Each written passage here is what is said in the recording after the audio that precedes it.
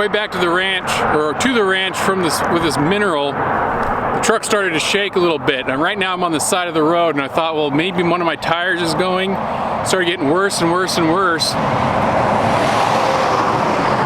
Let me show you what happened. So here's the mineral. And we lost a wheel.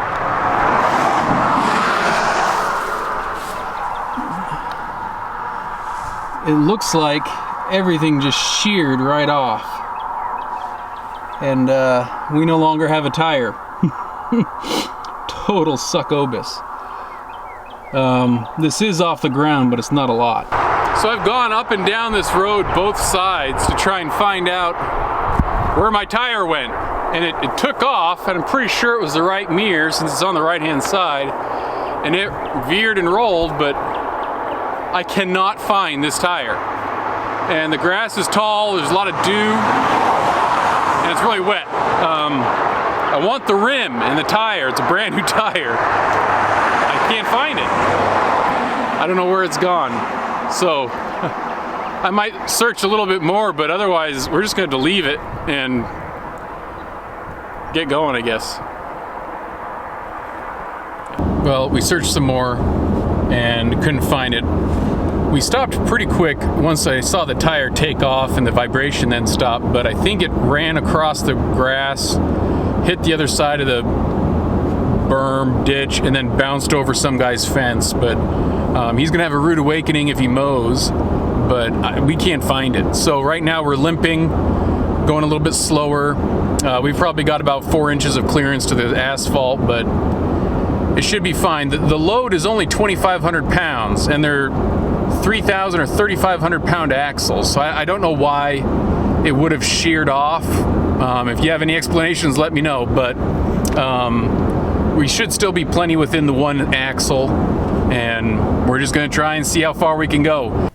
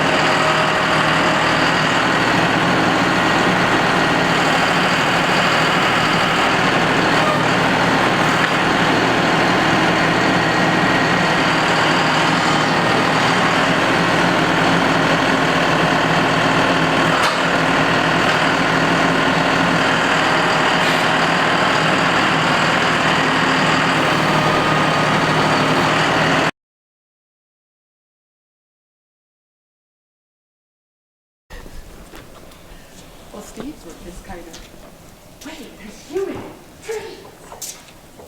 Sorry. Hi, ladies. Did you hear the cube bags?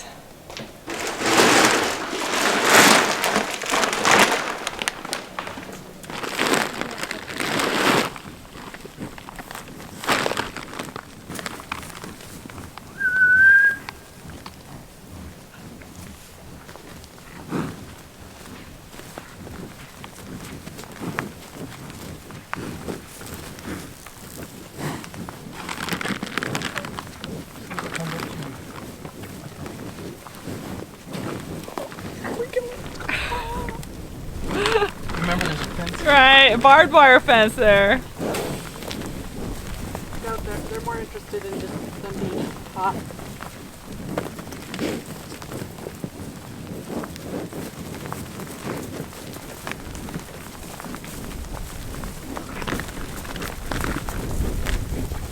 Okay, I don't know if pouring these out faster. Probably not. These ladies look like they need to fight over them at this point.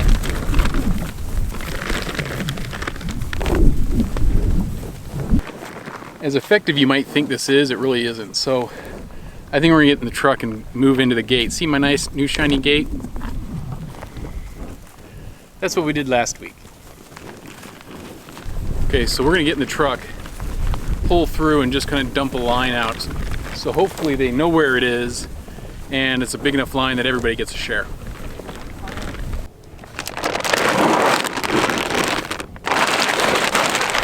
Oh, they're on the move. Here they come.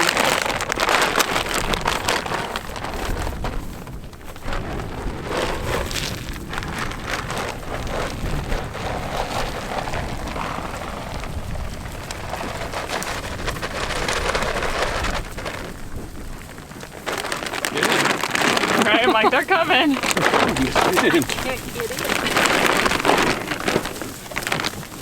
I'm not that flexible anymore.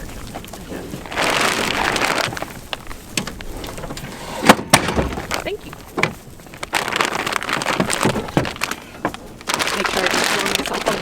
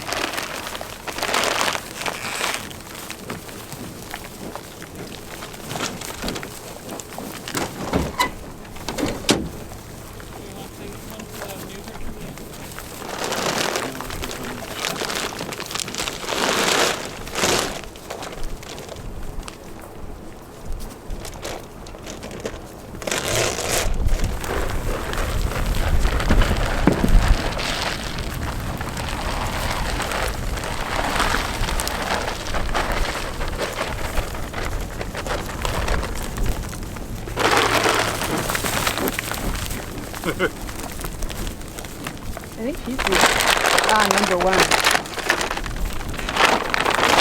So I tried to distribute them around the truck. And I was looking for ones that were smaller or just weren't getting it from the others. There's definitely some dominant females. I just don't know which ones they are yet. So there's 3 sections. So that's about 8 per. And that's about what we're having, I think. So they're not comfortable enough with us to come up to our hands yet. So hopefully this will help. But in time, maybe. So now we just watch them eat. We gave them 3 bags, so that's 150 pounds. We have about, I think they're supposed to get about 5 pounds a day each.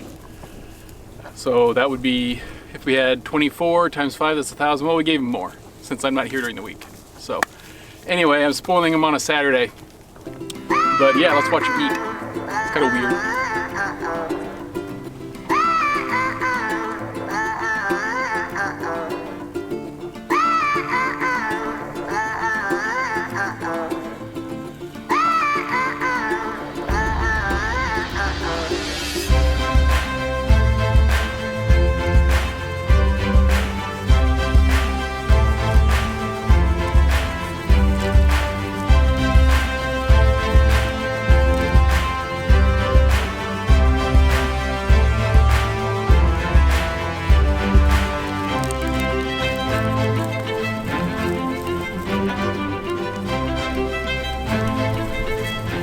So the buffalo still are a little skittish, but this is just a benefit of Brent and his ranch versus our ranch, like where he's handled them and he's gone out there, he's fed them, he's cube trained them. In other words, like this, when you have the rattling of the bag we saw earlier, they'll come up.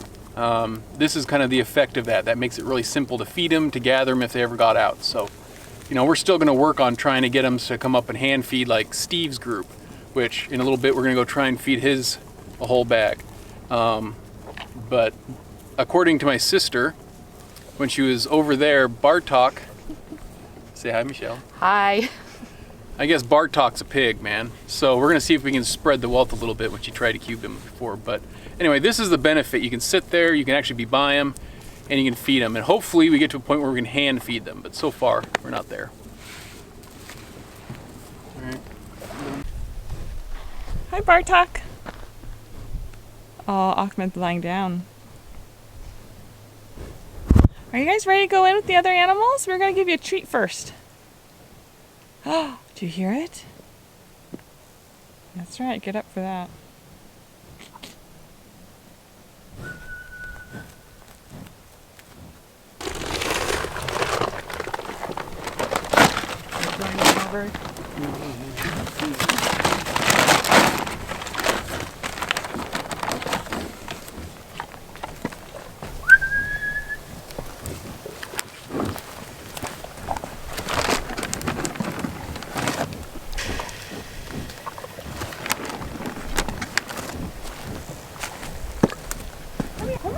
on. Roll it right. Yeah. Come on.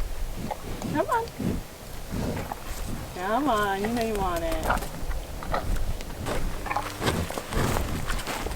There you go.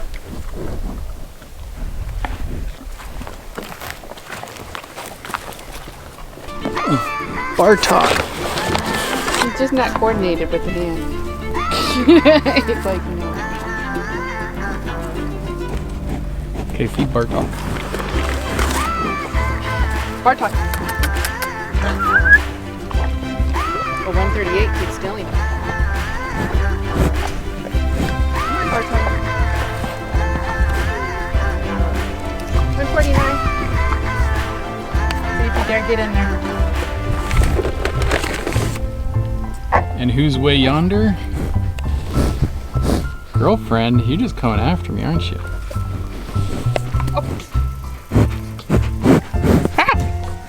Okay, Bartok, come here. All right, 126, you are a pig.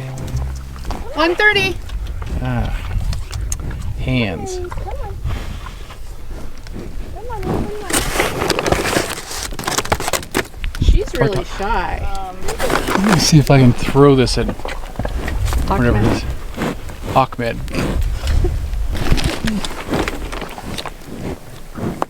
Has 126 been eating? Oh yeah, Alright, she's a little bigger. she's a porker. Alright, good to know. Yeah, you came right on over here, didn't you, 126? Smartness, huh?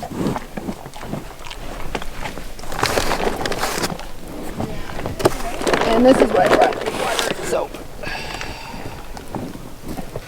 Up. 139. Bartok. Bartok.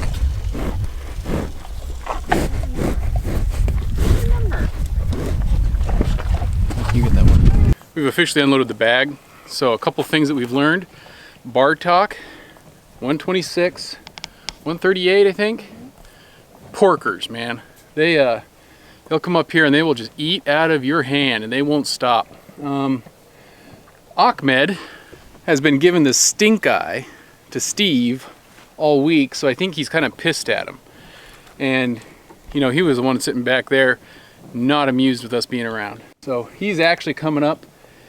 I haven't seen him eat one yet, but He's nibbling on the ground now. he is starting to do stuff. He's starting to participate in class. So anyway, they've been doing pretty good. There is one that lost its ear tag. I think it's number 132. Don't know where it went. And she won't get an ear tag for a little while. So things that I want to do is we're going to let them out over into with the other girls, but I want to catalog them. I want to get some pictures. So we're going to go ahead and do that. And then we will let them out and let them mingle and see kind of how that goes, what happens.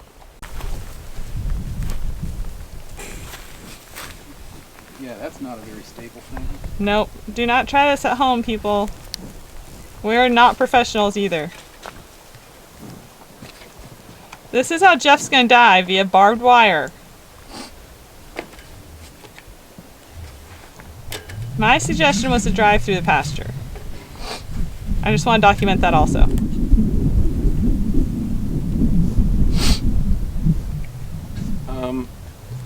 How you doing up there?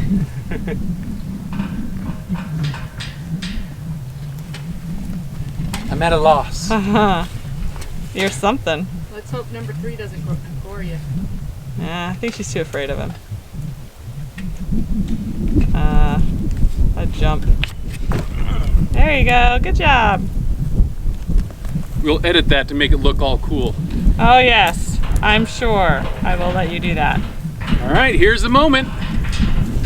Let's see if they do anything. Well, one's peeing.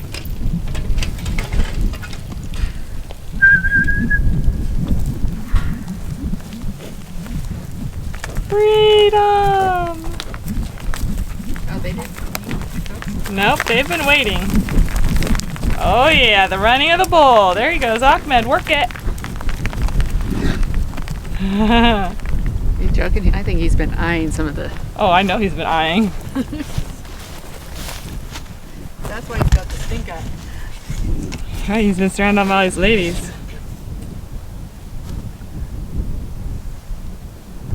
Our plan today with these and for the rest of the little bit until that hay bale is moved or gone is to leave the gate open. Now it doesn't open all the way, right? If you remember back a couple of episodes when I talked about gate placement, the hinges are in the middle of the post so it doesn't open all the way. We're just gonna secure that with a tie down strap. They should leave it open. I don't see them doing, and if they don't, well, they buy a new gate. But we're gonna leave this door open so they can continue eating that bale of hay. We still have the bale of hay out here with them. I don't wanna waste it all, so we will have them eat both of those. And the water up here will still, of course, be good until it goes out. So we'll keep having both water sources and both hay sources. I think there's been some mingling of one or two, and I think a couple of females went down there. Yeah, I think so there's too. only like 6 up here.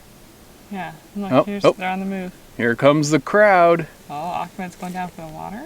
Ooh, Let's he's see. moving. He's moving. Yeah, You found the water. Hey, I had water up here for you too, dude, so don't... Okay. And Bartok is right behind him, along the fence.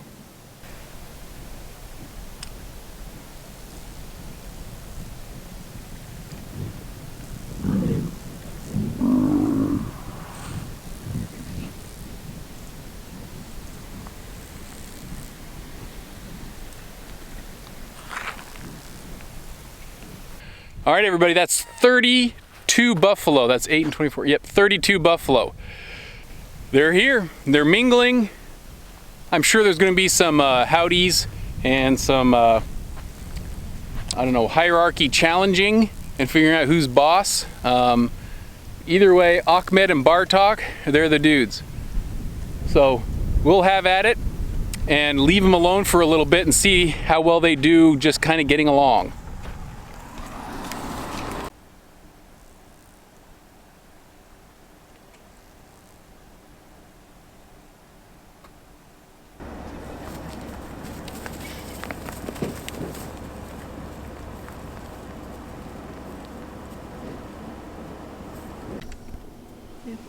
All right. Okay. All right, I got some numbers for you. We have an opportunity right now, since they just came into all these buffalo have gone from the last 3 weeks into our pasture, the small one, to kind of figure out how much water they're drinking per day. Now, the average temperature has been in the 60s for a high and into some of the 70s. So we got an average amount of water that they've been drinking.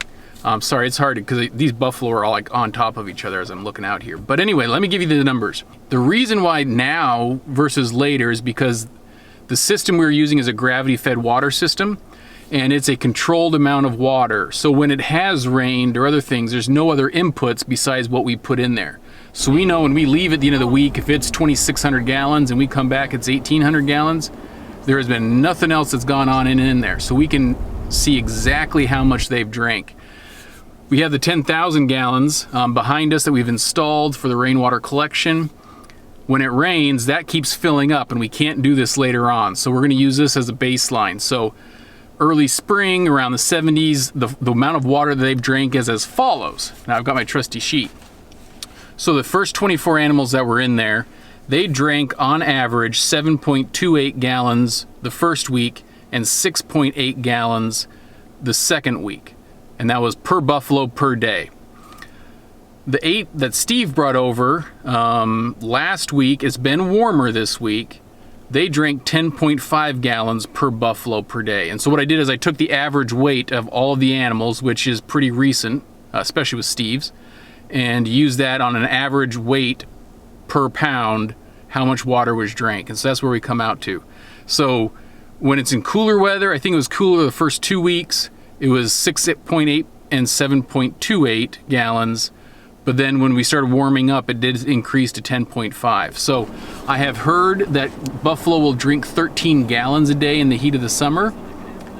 You know, I wouldn't doubt that at all, just given the temperatures that are right now. In fact, I wouldn't doubt it's even more than that. So that helps me size how much more storage we need for water. Okay, now food-wise, same thing. I have no idea how much my bales weigh, but I know if I keep buying them from my same chick, they'll probably be the same size. So right now, the girls, when they were in there, they were eating 2.5 bales a week.